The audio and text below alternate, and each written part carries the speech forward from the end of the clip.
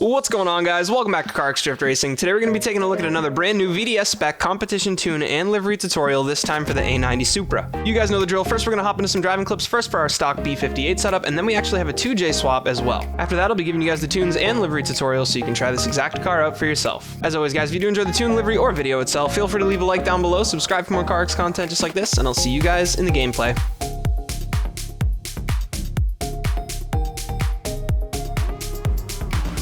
Alright guys, so starting us off, we're here in the stock engine setup, otherwise known as the B58. This will be the lighter of the two setups, making it a little bit more nimble on a 285 tire. As always, the benchmark for testing was the GTR, and as you guys can tell, this car holds up quite well. I did have a little trouble trying to get it to stay out wide, but eventually fixed that up with a couple toe adjustments. As cool as it is to have an A90 out here in OEM form, I think there's one engine that everybody's waiting to see. Let's head over to the 2J swap. Alright guys, so here we are with the 2J swap. Now I think with this engine swap, this car is an entirely different animal. It's definitely heavier, but it feels more similar to the GTR in that it feels more planted, more solid, more smooth, and that it hooks a little bit better as well. This is due to the weight increase allowing us a 325 tire, which is a lot more rubber on the road than we were allowed with the stock engine. I have to say, between these two setups, I would pick the 2J all day, but they both rip. Let's head over to the tune. Alright, so first things first, for our tune, I want to show you which body kit and wheels we have. We have the second to last body kit, and for wheels, we got number 5 in the D-Spec category. Heading into the dyno stand, guys, we got our spring lengths at 13 and 9, stiffness at 70 and 85, fast bump at 4480 and 3250, fast rebound at 4000 both ways, damper bump at 7000 and 4500, and damper rebound at 7500 and 7660. Front toe is at 0.99, rear at negative 0.16, camber at negative 6.08 and negative 0.18, roll bars of 70 and 90, caster 10, Ackerman 25, and max steering angle as always. For wheels, guys, we got 19s with a 285 on the stock engine. If you're running the 2J swap, however, you're going to want to go up to a 305. I like the 2J, so I'm going to bump it up. The tire pressure, we got 190, adhesion 100 front and rear, track is 12, base is 3, and 30 tire profile for both. Engine power is going to be maxed out on both engines, guys. If you are running the 2J swap, though, you are going to want to run a 4.2 final drive. For transmission, we got a diff at 0.9, final drive at 3.05, gear 1 at 3 even, gear 2 at 1.65, gear 3 at 1.4, gear 4 at 1.25, gear 5 at 1.17, and gear 6 at 1.06. Brakes, we got a torque at 1625, front brake bias at 75%, ABS and launch control both off. Now that's going to do it for the tunes, guys, but I owe you a livery as well, so let's head over to the editor. So starting off with our livery, guys, we're going to start off once again with a plain black car. First move is to grab a big white square and stretch it the long way across the side of the car. Okay, so this is the line we're looking to draw, the top of the fender arch all the way straight into that fender seam. After that, we're going to take this guy here, and we're going to make our arch for our rear fender. It's looking pretty sweet. After that, we're just going to fill in the whole back and roof. We're also going to want to make sure symmetry's on for everything. This is looking pretty good though. Up next, we're just going to cover the nose as well, and we're going to keep on going.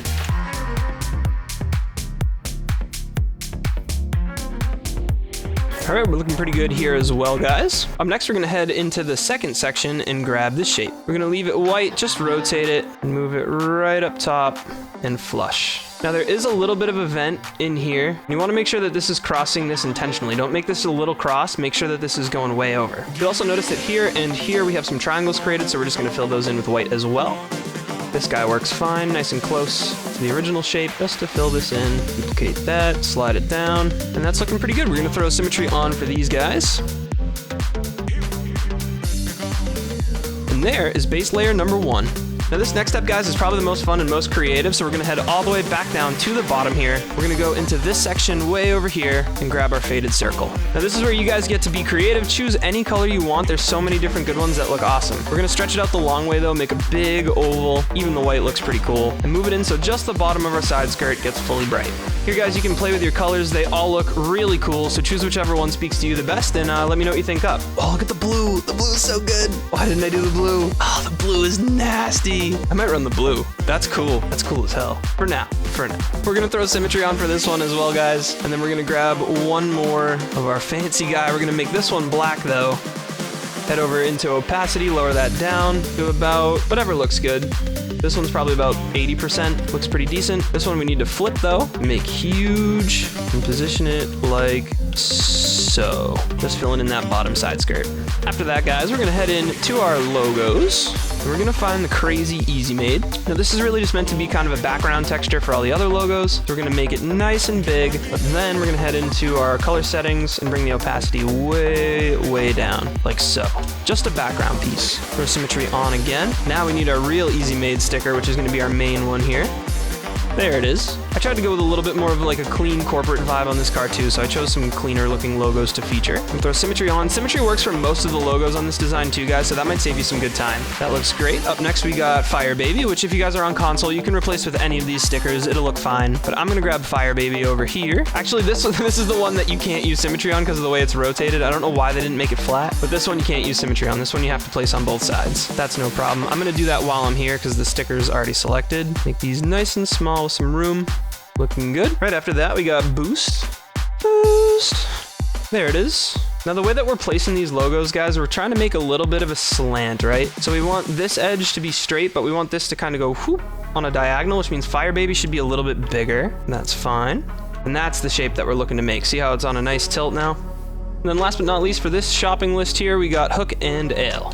Once again, make it just slightly smaller than the width of Boost. Get that tilt going. We're gonna wanna space these out nice and evenly. That looks great. Up next, we're gonna throw our side skirt logos on. We're gonna start with hot parts over here. Nice and small, flat on the side skirt. Now, this side skirt's kind of weird. I like to put my decals here on the flat side and make them as big as possible, just because that's not a hard body line, but I definitely don't want the logos like rotating on it, you know? That looks weird, but I like to put them a little bit flatter. After that, we got Drift Hunters. And I'm not rotating these logos, guys. I'm leaving them straight, just so you guys are aware. And then after that, we have Yolo Tires. May need to wiggle these around just a touch, but they're looking pretty good so far. Keep in mind, guys, it's totally okay to wiggle things around after they're placed. In fact, it's really important to do that. That's how you get things nice and even. That's how you get your sizing and your spacing correct. Oh, and by the way, I'm looking for the end of Easy Made for the end of Yolo Tires too, so that this all makes like one nice rectangle. But that is looking great. I think up next we're gonna move on to our rear quarter here. We just got two pretty easy stickers. We got Shinobi. This one we're gonna go to a very light gray, and this one you can't use symmetry on either. This one you're gonna wanna bring all the way to the front and place both individually. This one we're gonna look to the angle of that vent there on the rear quarter. If you place it flat,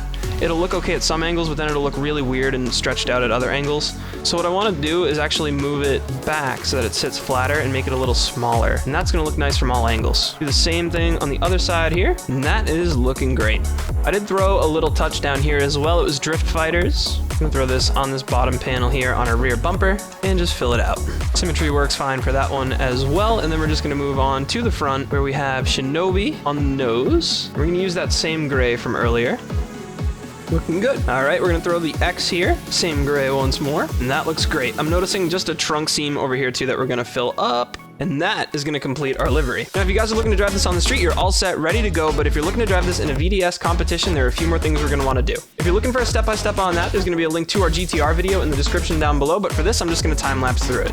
You guys know the drill. Flags, numbers, banner. Let's do it.